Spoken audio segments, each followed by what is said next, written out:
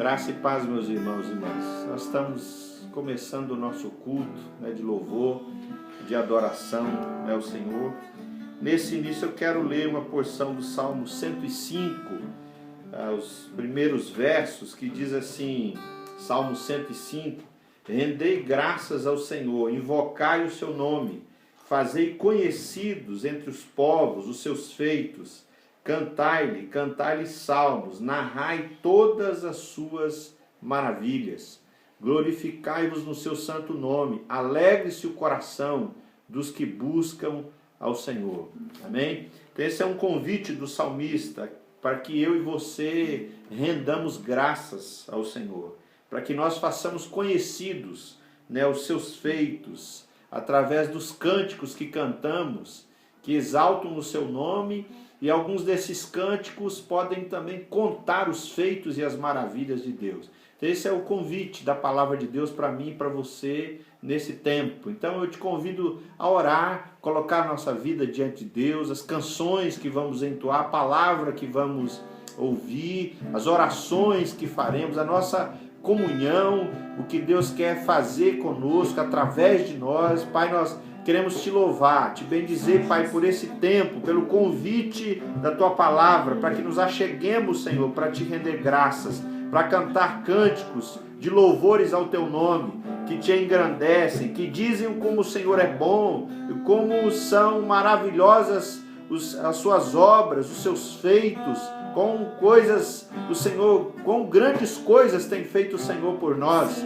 Nós entregamos esse culto diante de ti, Pai, as famílias que nos acompanham, ó Deus, que receberão essa mensagem, seja em que momento for, que receberão, Senhor, a ministração dos cânticos, das orações, que a tua mão, Senhor, seja sobre nós, seja sobre aqueles, ó Deus, que ouvem e a quem chegam, ó Deus, essa palavra, essas canções, essas orações, que o teu nome seja glorificado. Nós te agradecemos por tudo, em nome de Jesus. Amém e amém. Vamos louvar, o Senhor.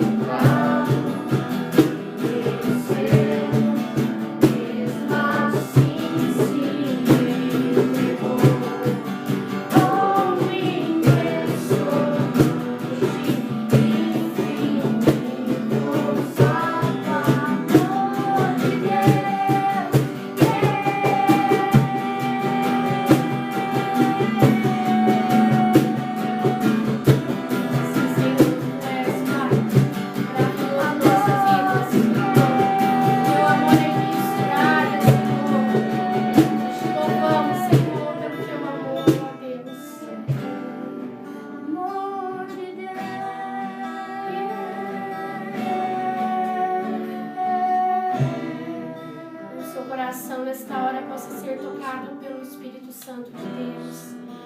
O Senhor tem um amor muito grande pela tua vida. O Senhor quer derramar mesmo a unção dele sobre a sua casa, sobre a sua família nesta noite. Deus quer demonstrar a grandeza e o amor dele por você. Que você possa ser impactado, tocado nesta noite pelo amor do Senhor Jesus.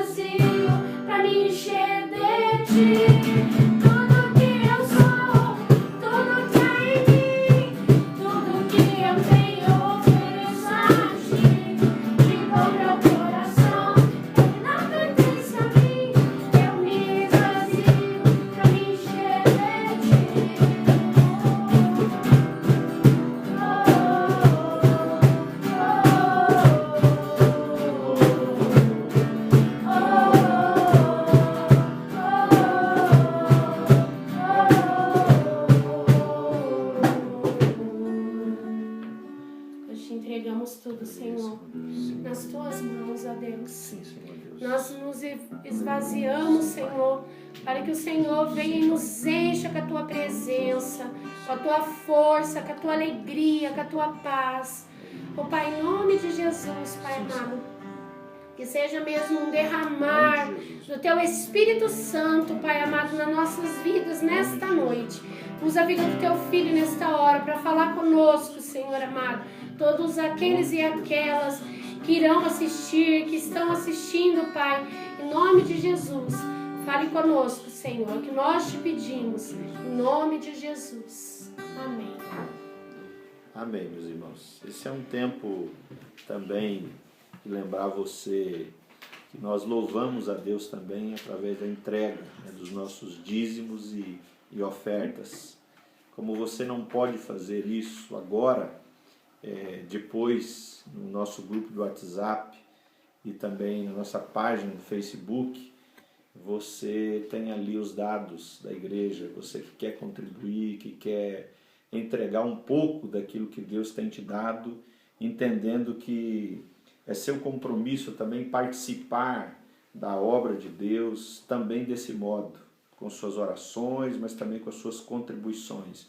E o desafio também para você ser generoso para além da sua comunidade de fé, para além da igreja, de você podendo olhar à volta e ver aqueles que também precisam ser assistidos, precisam ser abençoados, que assim seja, né? Que Deus conserve no teu coração, desenvolva no teu coração, no meu, a atitude de generosidade. Que Deus te abençoe. Eu quero convidar você então para abrir a sua Bíblia, lá no livro do profeta Daniel, no capítulo 4, nós iniciamos, né, uma série baseada no livro do profeta Daniel, e hoje a gente vai refletir a partir do capítulo 4. Como é um capítulo longo, eu não vou ler todo o capítulo, mas nós vamos ler um verso ou outro na medida em que for necessário. Amém? Na medida que for necessário, a gente cita um verso ou outro. Mas antes de entrar no texto do livro do profeta Daniel, eu quero fazer menção de um relato que está num livro chamado O Meu Vizinho é um Psicopata. E esse livro narra a experiência de duas mulheres, onde uma se diz amiga, mas distante dos olhos daquela a quem ela chama de amiga, mas não é. Ela atende um dos pacientes dessa falsa amiga, e um paciente que era para receber alta. E a maneira como ela aborda esse paciente joga o paciente numa crise, num andar para trás, de modo que ele tem que ser internado de novo. E isso acaba soando muito mal para aquela doutora que daria alta para esse paciente.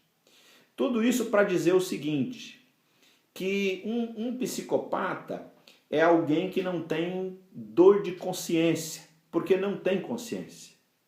Essa mulher, depois de fazer toda essa maldade, que poderia estragar a carreira daquela a quem ela se dizia amiga, ela vai para casa, dorme tranquilamente, sem nenhum peso na consciência. E a autora vai dizer que não há peso na consciência, não há consciência, porque não há relação afetiva. Então guarda isso. Ela faz uma maldade terrível para uma outra que ela se dizia amiga, e ela vai para casa dormir com a consciência sem nenhum peso, com a consciência tranquila, né? O texto do profeta Daniel, no capítulo 4, narra o episódio em que o rei Nabucodonosor tem um sonho. E não entendendo o significado desse sonho, o rei se vê perturbado. Reúne os sábios, ninguém sabe dar a interpretação, até que ele chama Daniel, chamado ali no reino de Beltesazar. E Daniel então vai trazer a revelação do sonho para o rei. O sonho tinha a ver com uma grande árvore que tocava os céus. Uma árvore que representava o grande poder do reino da Babilônia nas mãos de Nabucodonosor. Daniel dá a interpretação desse sonho.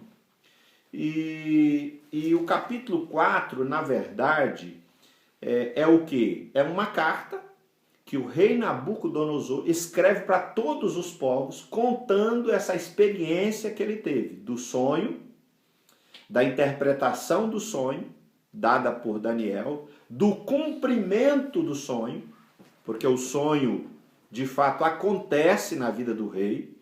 O sonho revelava que o rei iria ser afastado dentre os viventes, viveria como um animal, e assim foi, diz o relato.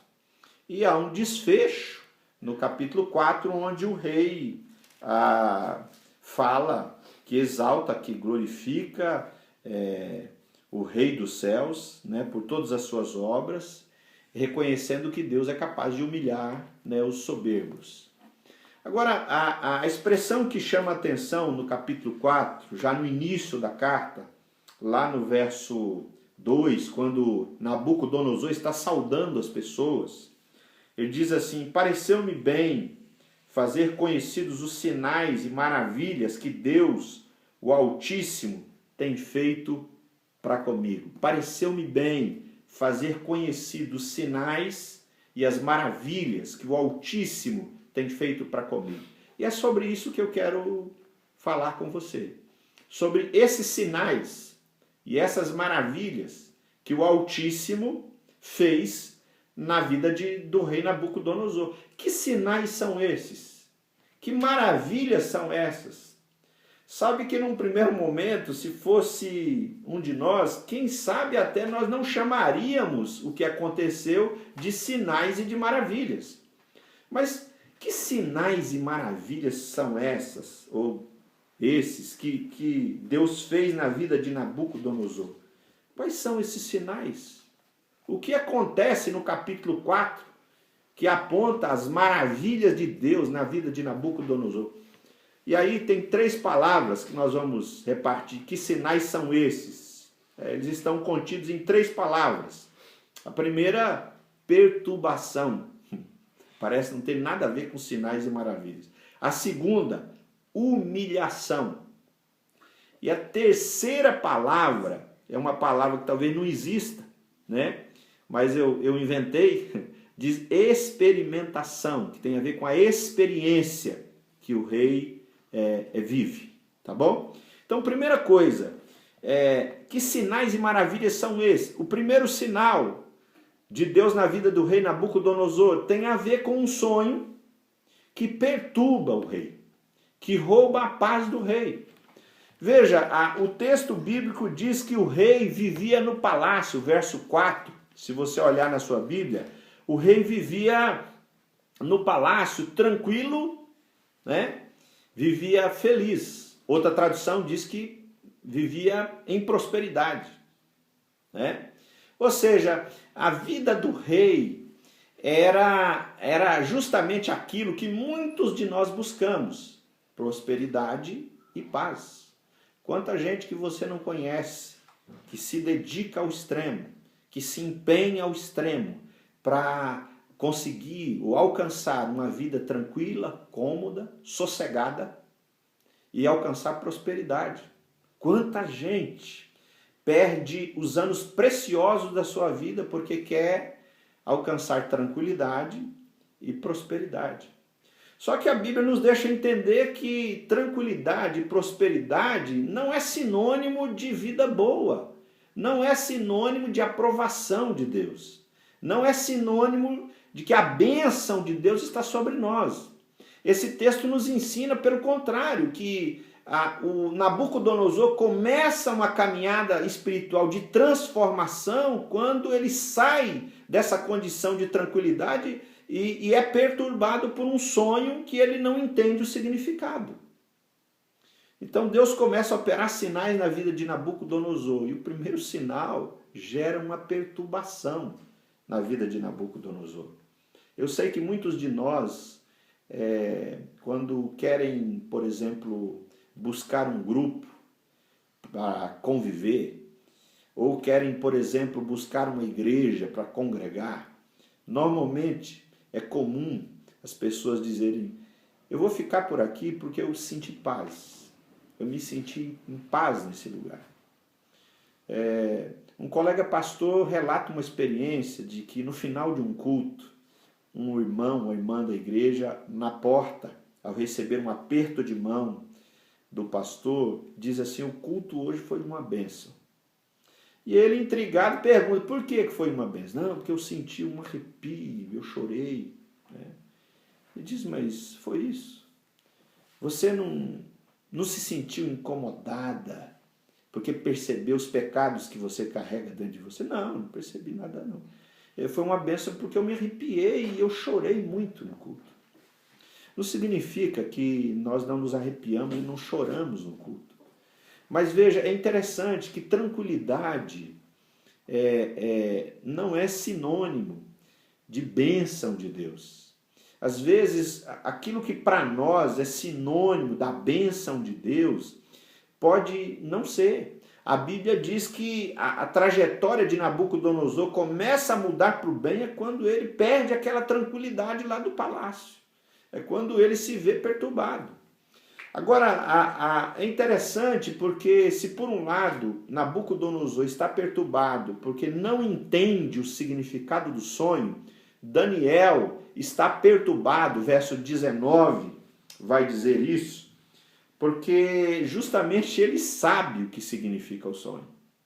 Às vezes nós pensamos que a nossa angústia, a nossa inquietação, a nossa perturbação interior vai cessar quando a gente entender os porquês, quando a gente entender o significado, o sentido do que está acontecendo. Daniel sabia o sentido do sonho do rei e ele estava perturbado de igual modo. O rei perturbado porque não sabia, Daniel perturbado porque sabia. Às vezes nós queremos que Deus nos revele algumas coisas para a gente se tranquilizar. Mas é engano. Daniel já tinha revelação, mas não estava tranquilo. Muito pelo contrário. Justamente saber o que significava o sonho trazia para Daniel uma intranquilidade muito grande. Então veja, é nesse ambiente de inquietude é que os sinais, as maravilhas de Deus estão acontecendo na vida do rei. Talvez nós não entendemos assim. Nós costumamos entender o contrário do que Nabucodonosor compreendeu. Nós entendemos que Deus está operando maravilhas quando nós nos sentimos tranquilos interiormente. Mas pare para pensar, coloque a sua vida em oração, porque pode ser que a inquietude que você sente justamente surgiu dentro de você, porque Deus está operando sinais e maravilhas na sua vida, que você não consegue ver. Segundo sinal e maravilha que acontece na vida do rei Nabucodonosor, tem a ver com, o primeiro tem a ver com a perturbação, com a inquietação, com a perda de uma tranquilidade. O segundo sinal tem a ver com humilhação, porque o verso 32 e 33 fala desse momento em que, em cumprimento ao sonho, Nabucodonosor é expulso dentre os homens, e ele vira um animal.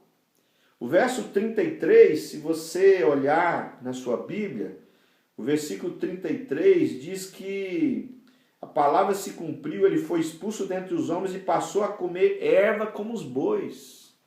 Nabucodonosor virou um animal. Nabucodonosor conheceu a ladeira existencial. Ele conheceu a experiência de sair lá do topo e ir parar lá embaixo, no lugar mais baixo. Ele conheceu o que era ser um rei poderoso e se tornar um ser desprezível, insignificante. Alguém que não tinha o direito mais de falar, que não tinha mais o direito de estar entre os homens. Antes era respeitado, antes era reverenciado, antes era admirado, quem sabe invejado por muitos. Agora se tornou desprezível.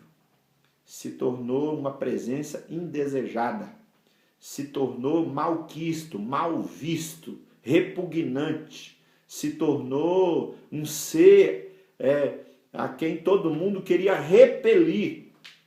Ninguém queria estar mais próximo, e ele vai viver com os animais. É interessante quando a gente pensa na palavra humildade, ou humilde. Jesus usa essa palavra lá quando ele fala de bem-aventurados os humildes. Outra tradução vai dizer os pobres de espírito. Essa palavra humilde trazia o sentido, ou se referia a alguém que tinha alguma anormalidade física e que era, pela lei, recebia um incentivo. O povo era incentivado pela lei a dar esmolas para essa pessoa.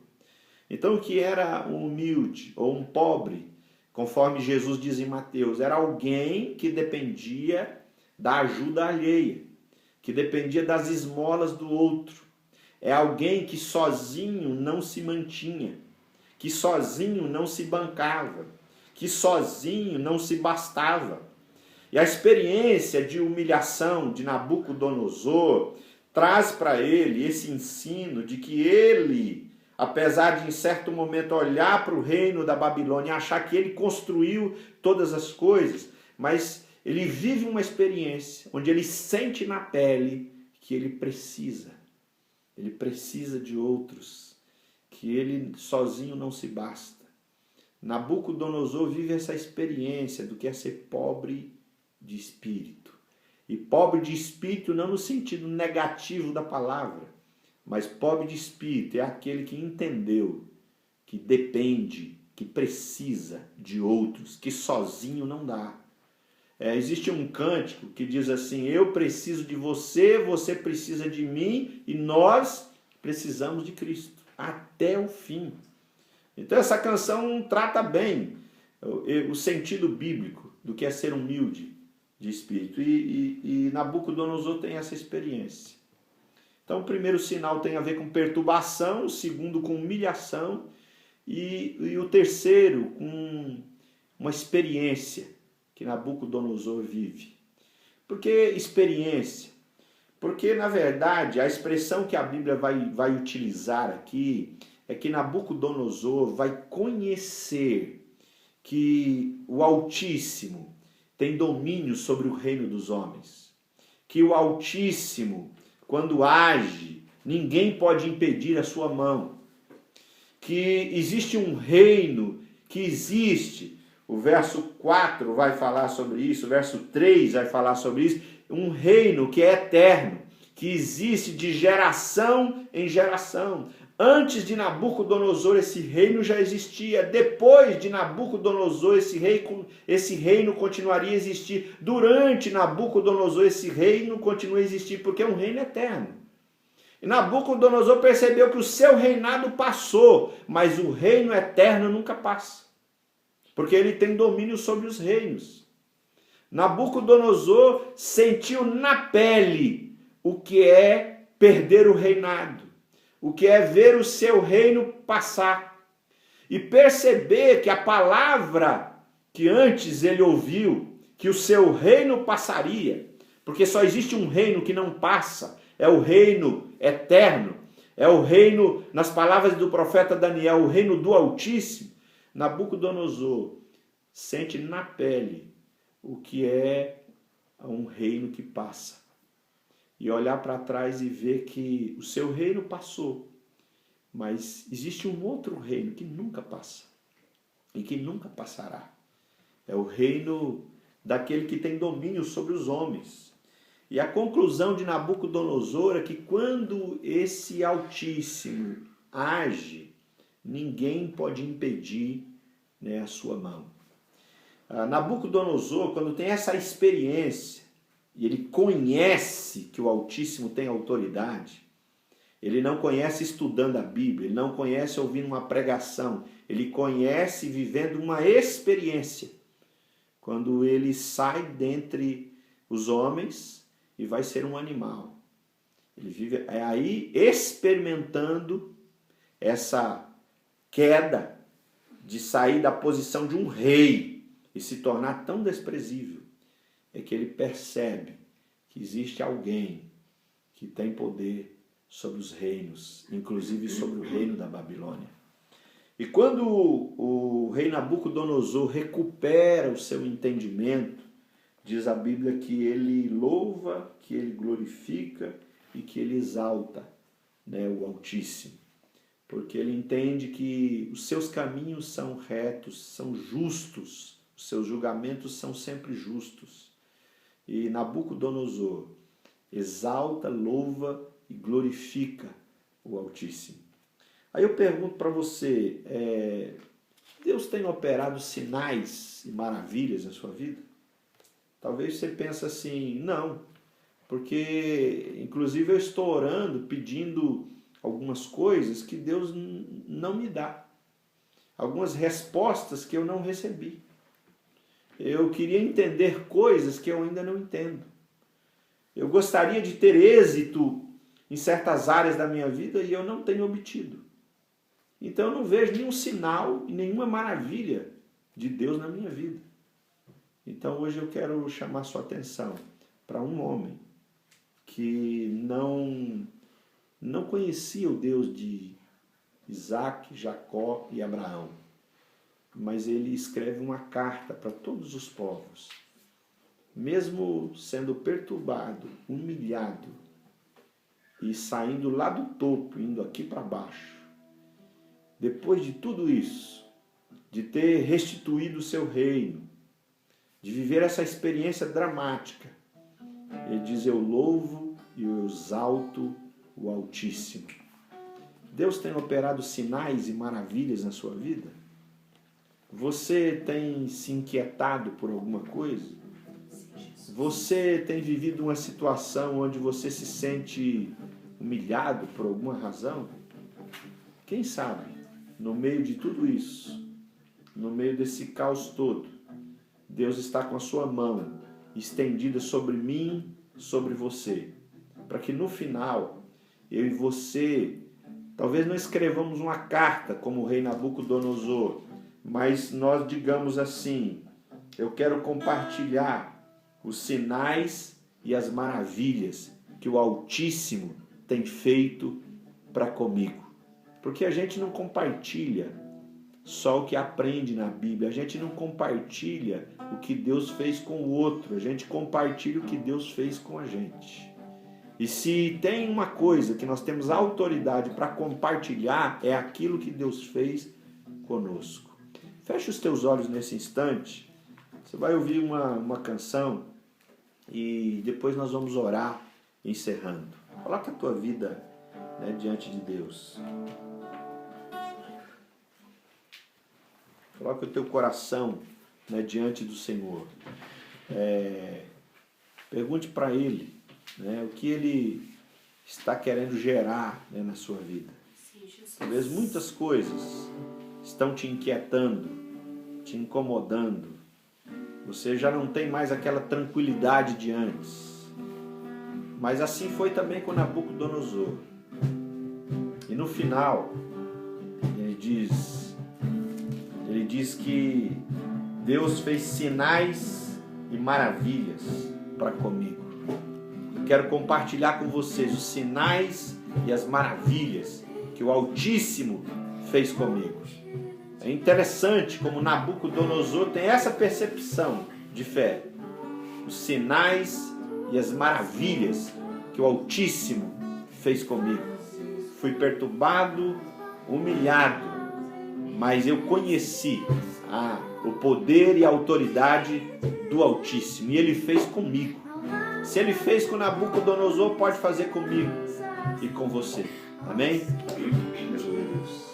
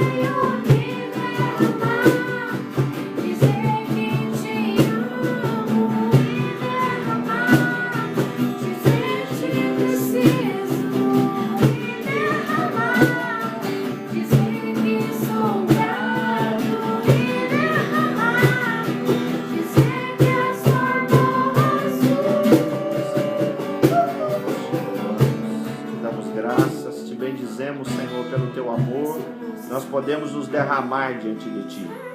É bem verdade que nós não queremos viver experiências como Nabucodonosor, de sermos perturbados ou inquietos por alguma coisa.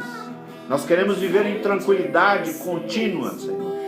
Nós queremos, Senhor Deus, ser exaltados e não humilhados. Nós não queremos viver certas experiências dolorosas, Pai. E nem o Senhor quer deliberadamente, ó Deus, decidir que assim seja. Mas também é verdade, Pai, que algumas coisas acontecem, não porque o Senhor decidiu que assim fosse, mas por conta da liberdade humana, por conta das decisões que cada ser humano vai fazendo, no uso da sua liberdade, alguns cenários vão surgindo. E de repente o Senhor olha, assim como quando a Bíblia diz que o Senhor não queria um rei sobre Israel, mas assim foi, o povo insistiu.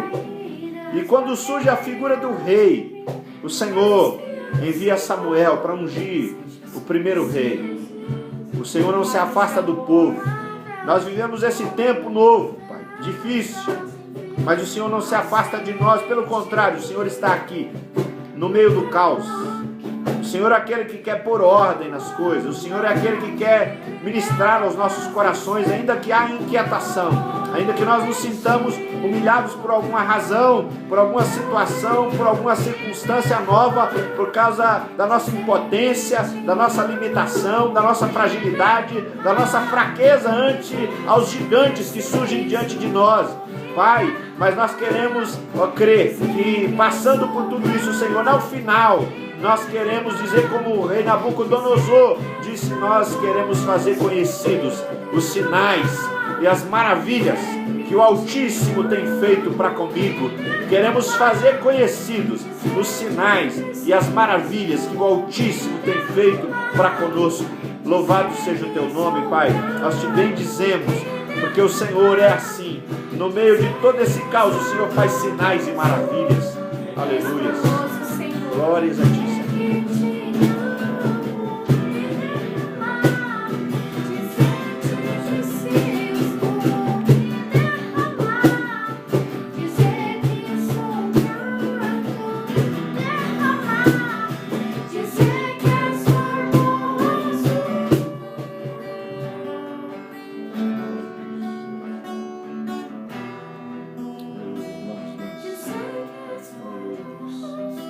Deus abençoe a sua vida, te renove, você e a sua casa.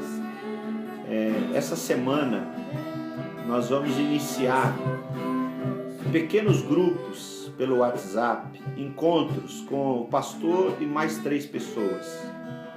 Então eu vou disponibilizar no grupo de WhatsApp os horários e os dias da semana. E você vai escolher aquele horário e aquele dia que é melhor para você. E depois eu vou confirmar com você se aquele grupo, aquele horário que você escolheu, fechou o número de pessoas. Digamos que você escolha na quarta-feira, das 19 horas às 19h40. Serão encontros de 40 minutos. 4 pessoas no WhatsApp, pastor e mais 3 pessoas. Para a gente compartilhar o que nós temos vivido nesse tempo, para nós repartirmos um pouco da palavra e nós orarmos juntos. Nada de extraordinário. O que tem de extraordinário é que a comunhão, diz o Salmo 133, é algo que invoca a bênção de Deus sobre nós. Que é bom viverem unidos os irmãos, que Deus ordena a sua bênção. E nós cremos que isso tudo será feito, não presencialmente, mas na presença de Jesus, do Espírito Santo, sob a bênção do Pai. Amém? Que Deus abençoe você. Fique atento aí no grupo, escolha o melhor horário, o melhor dia e participe conosco. Pai, nós queremos te louvar por esse tempo e rogar, Senhor, que as tuas bênçãos se derramem sobre o teu povo. Que o Senhor continue fortalecendo o teu povo, renovando as forças e o ânimo. Que a bênção do Deus que é Pai, Filho e Espírito Santo se derrame sobre nós e nos dê a tua paz, a tua direção, para que vejamos os sinais e as maravilhas do Senhor para conosco, hoje e sempre. Amém. Amém. Forte abraço. Deus te abençoe.